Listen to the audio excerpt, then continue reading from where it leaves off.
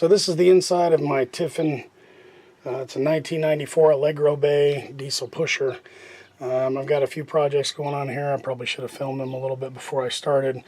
One of the things is obviously that center console, completely worthless without the huge console TV that was in there. So completely removing it, getting all the guts organized. I'm going to put in a new custom center console with a tablet for navigation and some other stuff, probably a CB, and then of course it'll have some other power outlets, different stuff, cup holders, things that this just didn't have back in the day. There's just a lot of wires to go through and some other stuff to make sure we do it right. The last thing I want to do is skimp and do something wrong and have to redo everything. So I started on that, but then getting ready to put in my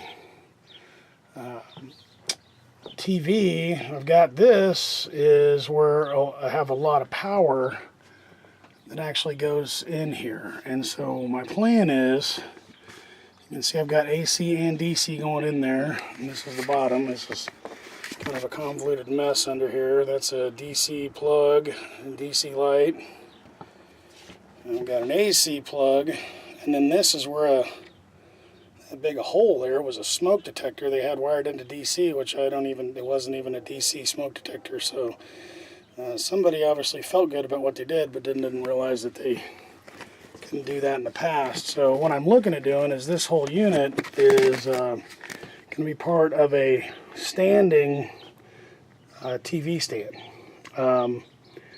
I'll put a link in there to some of the other ones I saw that gave me this idea. I can't remember the guys' names right now, but I'll annotate it. But basically it's going to go mount underneath here and go all the way down to the floor. I'm going to try to move it as far forward as I can and then have either 28 or 32 inch TV on a swivel on a pole that allows it to move anywhere I need it to. The reason I'm doing this is when they got rid of that TV, and this, we have a slide out on this, the previous folks mounted this other TV right here. So this is the TV, and you can see where it is very tight on the slide out. You can't get anything to it. In fact, when the slide out is in, it's totally worthless. You can't see it, and it's just not good. You can't adjust the angle, so you're looking at it, it's kind of fuzzy if you're sitting at the table. So by moving it over to this spot, it's going to allow a lot more versatility right in here. I don't really have anything there anyway, so it's really just going to be kind of an extra thing. So the goal is to get hot 12 volt right there. There's a wire I found. This one you got to, and this is one of the things to check on. I actually have a wire or a switch down here by the door. It says lights. It's the second one from the left, I believe. That actually turns off all the power to this 120 or 12 volt right here.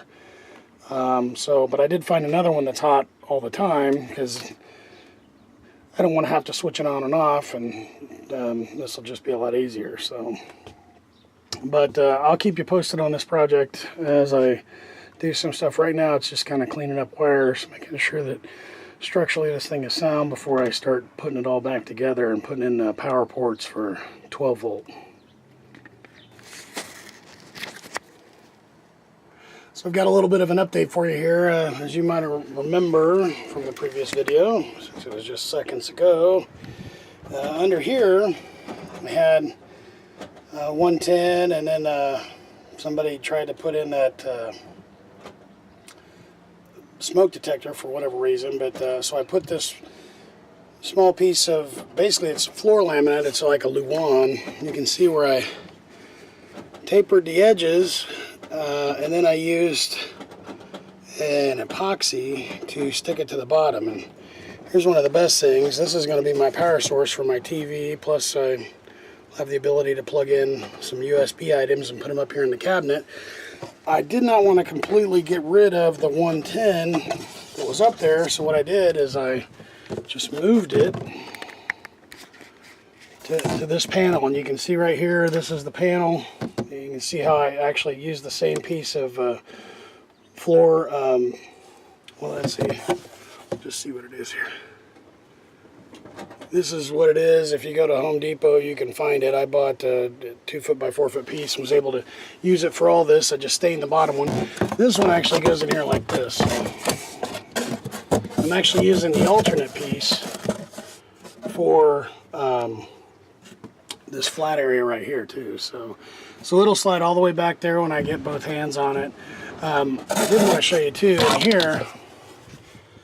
You can see I've cleaned this area up. There's where the old holes were for the whatever they had here, and then this. And of course, I always make sure I tape any wire connections. Some of these someone had done before with some wire nuts that weren't very good, so I just retaped them. And what I'm going to do is I'm going to actually take and put this block. I've got this right here. And I'm going to use a little bit of glue on this just to hold it in place, because what I want is we're actually going to build a support stand that goes underneath here, from right here down, for a TV. So I want a little bit extra support in this cabinet just to make sure that the TV and all that when they're driving doesn't have a problem. You will notice I taped all these wires too.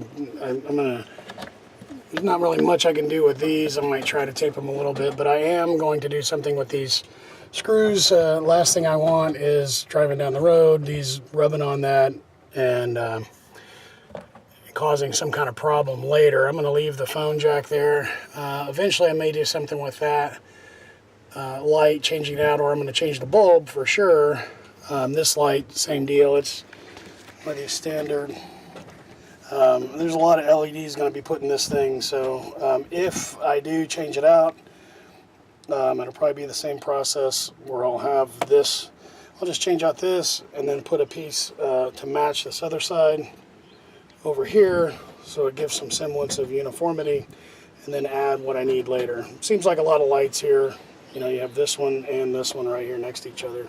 So, but what I'm going to do now is I'm getting this all ready. I'm going to glue this, and then I'm going to turn around and put the flat piece in. I've got the staple gun. We're going to staple it all up, and then I'll show you the finished product when we're done.